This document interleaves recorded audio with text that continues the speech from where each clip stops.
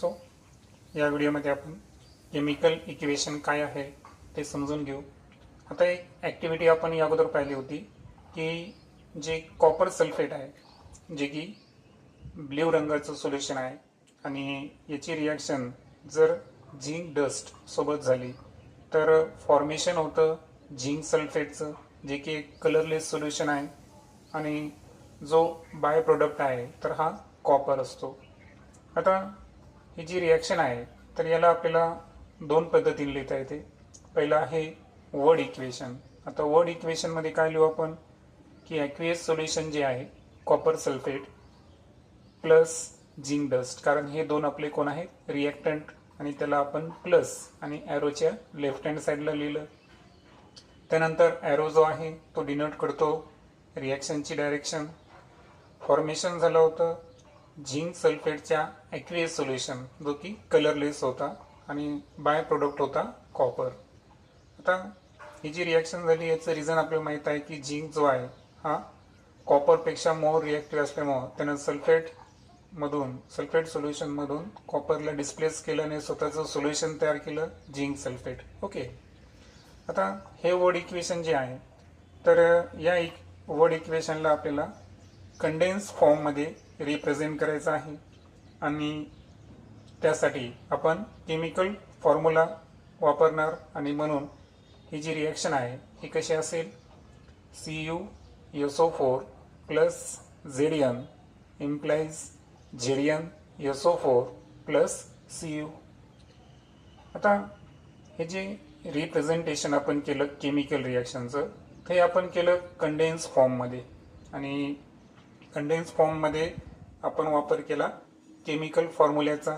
तर केमिकल फॉर्म्युल्याच्या साहाय्यानं कंडेन्स फॉर्ममध्ये रिॲक्शनचं जे आपण रिप्रेझेंटेशन केलं केमिकल रिॲक्शनचं तर त्यालाच म्हणायचं केमिकल इक्वेशन.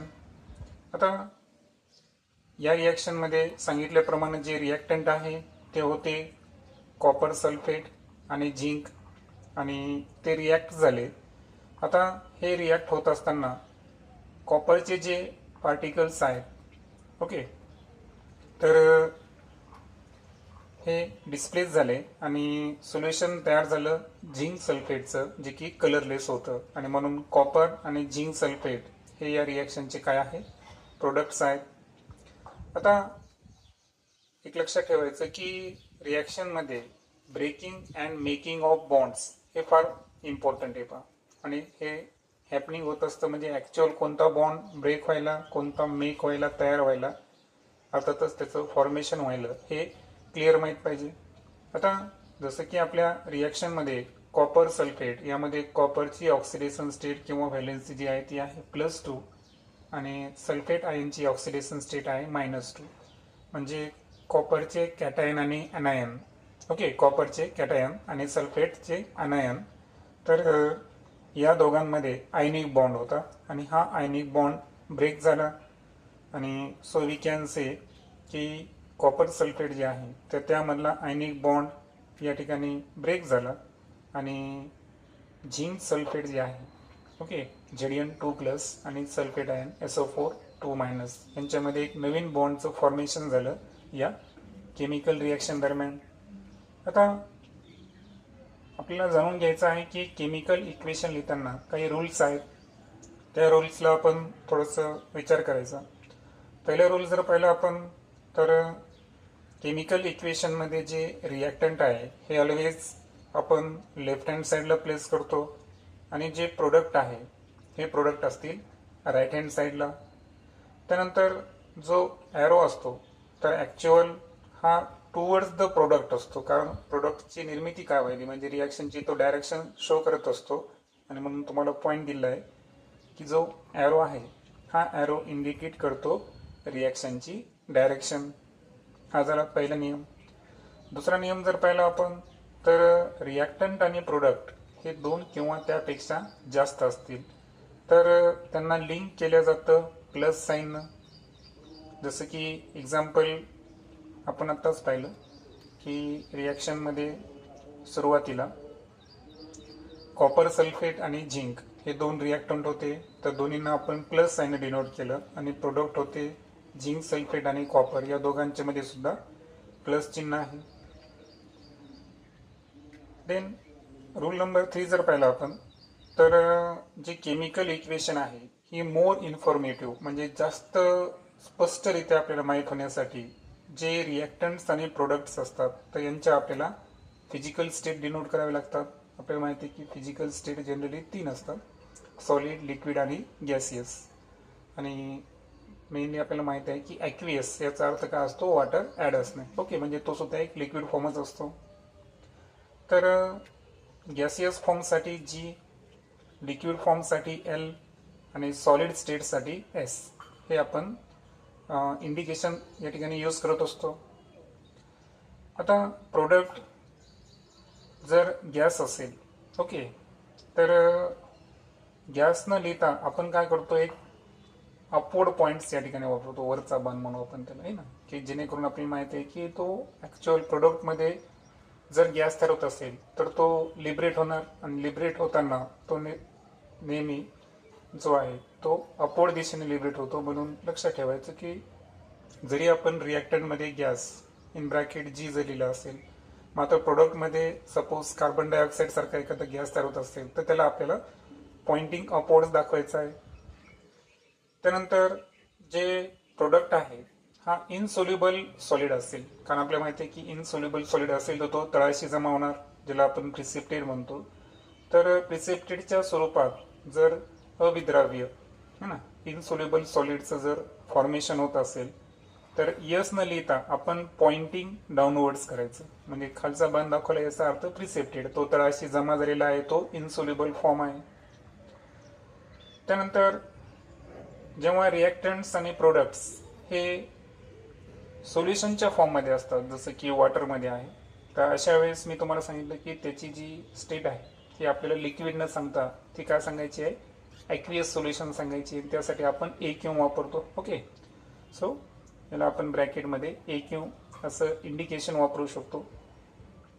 आता जसं की आता वरचीच रिॲक्शन जर पाहिले आपण तर कॉपर सल्फेट सोल्युशन जे आहे तर डेफिनेटली त्यामध्ये वॉटर काही प्रमाणात ॲड आहे. सो जे पॅरेंथेसिस आहे ब्रॅकेट तर त्यामध्ये आपण ॲक्वियस लिहिलं.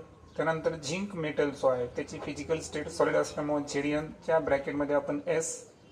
त्यानंतर तयार झालेलं जे सोल्युशन होतं कलरलेस झिंक सल्फेट तर तो वॉटर फॉर्ममध्ये आहे, so it is a aqueous form.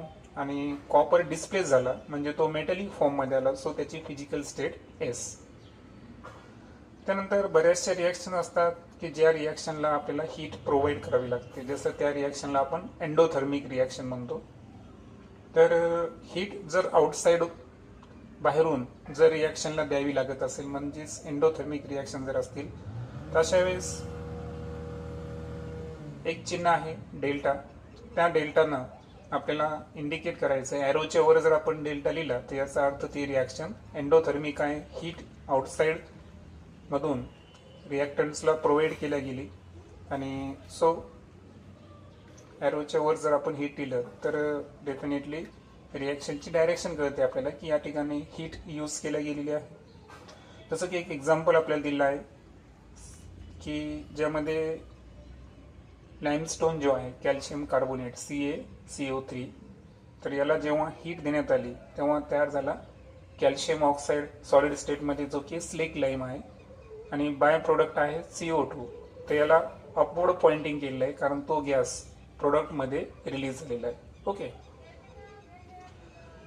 त्याचप्रमाणे केमिकल रिॲक्शनच्या दरम्यान जी हीट रिलीज होते, ओके, तर ही हीट रिलीज होत असेल तर अशा रिॲक्शन आपल्याला माहिती आहे की आपण एक्झोथर्मिक रिॲक्शन म्हणतो. ओके, सो ज्या रिॲक्शनचा आउटपुट हीट असेल है ना, इनपुट नाही तर आउटपुट असेल, इनपुट असेल तर एंडोथर्मिक, आउटपुट असेल तर एक्झोथर्मिक. तर एक्झोथर्मिक रिॲक्शन जर असतील तर यामध्ये आपल्याला ॲक्च्युअल हीट लिबरेट होत असल्यामुळं त्याला आपल्याला ॲरोच्या वर लिहायचं नाही आहे. तर ॲक्च्युअल जे कॉपर सल्फेट आणि झिंकची आपण आता रिॲक्शन पाहिली होती तर यामध्ये आपल्याला हीट प्रोडक्टमध्ये ॲड करायचं आहे प्लस करून, जसं की आता ही रिॲक्शन आहे की कॉपर सल्फेट आणि झिंक यांच्यापासून झिंक सल्फेट आणि कॉपर आणि काही प्रमाणात हीट रिलीज झाली आहे. सो प्लस हीट आपण लिहिलं आहे. इथं डेल्टा वगैरे वापरण्याची गरज नाही. प्रोडक्टमध्ये फक्त प्लस हीट लिहिलं तरी सफिशियंट आहे. पुढचा रूल जर पाहिलं आपण तर हे नेसेसरी आहे की आपल्याला स्पेसिफिक प्रेशर, टेम्परेचर, कॅटलिस्ट हे मेन्शन करावे लागतात. कारण बऱ्याचशा रिॲक्शन आहेत की ज्या विशिष्ट प्रेशर, विशिष्ट टेम्परेचर किंवा एखाद्या निकेल सारख्या, कॅडमियम सारख्या कॅटलिस्टच्या प्रेझेन्समध्येच त्या रिॲक्शन होत असतात.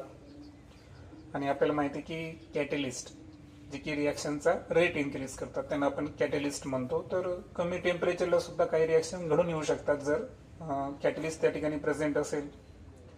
आता ही जी कंडिशन आहे तर ही आपल्याला काय करायचं आहे, जे ॲरो आहे त्याच्या वरती किंवा खाली है ना, अबव किंवा बिलो आपण ती कंडिशन लिहू शकतो.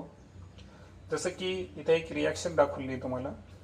जे व्हेजिटेबल ऑइल आहे तर त्याची रिॲक्शन जर हायड्रोजन गॅसच्या प्रेझेन्समध्ये जर त्याला आपण टेम्परेचर दिलं 60 डिग्री सेल्सिअस, तर पहा 60 डिग्री सेल्सिअस ॲरोच्या वर लिहिलं. त्यानंतर या रिॲक्शनसाठी एक कॅटलिस्ट सुद्धा वापरला होता, तो होता निकेल. त्या कॅटलिस्टला आता अप्पर जे अबो आहे, अबो द ॲरो आपण टेम्परेचर मेन्शन केलं 60 डिग्री सेल्सिअस, तर आपण बिलो लिहायचं. तर बिलो आपण निकेल कॅटलिस्ट या ठिकाणी लिहून टाकला आणि प्रोडक्ट जो आहे तो आहे वनस्पती घी. तर आयडिया आली असेल तुम्हाला की टेम्परेचर, प्रेशर असेल समजा 1 ॲटमॉस्फिअर प्रेशरला ही रिॲक्शन घडत असेल, तिथं आपण कॉमा करून 1 ATM अबव किंवा बिलो ॲरोच्या लिहू शकतो.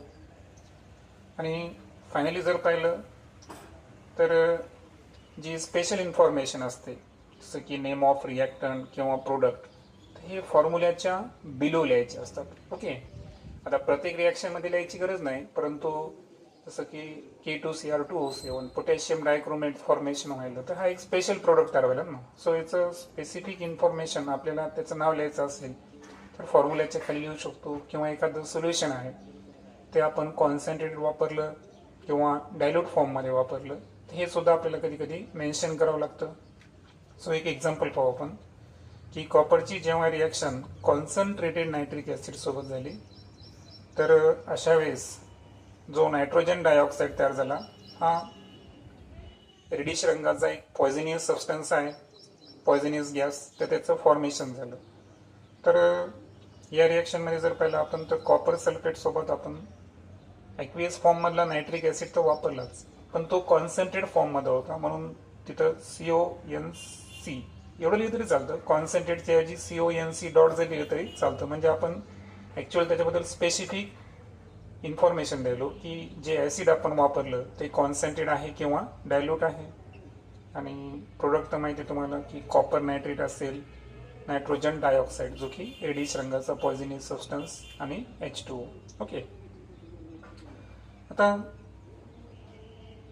हीच रिॲक्शन जर डायल्यूट नायट्रिक ॲसिड सोबत झाली असती कॉपरची तर कॉपर नायट्रेट तर तयार झाला असता, पण नायट्रोजन डायऑक्साईडच्या ऐवजी नायट्रिक ऑक्साईड अर्थातच नायट्रोजन मोनॉक्साईडचं फॉर्मेशन होतं. आणि म्हणून इथं जर पाहिलं आपण तर पहा कॉपरची रिॲक्शन जेव्हा डायल्यूट नायट्रिक ॲसिड सोबत दिली, इथं डायल्यूट पहा स्पेसिफिक इन्फॉर्मेशन ब्रॅकेटमध्ये आणि जो केमिकल फॉर्म्युला आहे त्याच्या बिलो लिहिली आहे.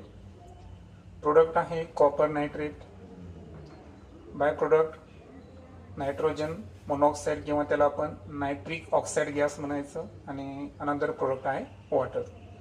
सो हे काही रूल्स आहेत की जे केमिकल इक्वेशन लिहित असताना आपल्याला अशा पद्धतीची इन्फॉर्मेशन मेंटेन करावी लागते. ओके.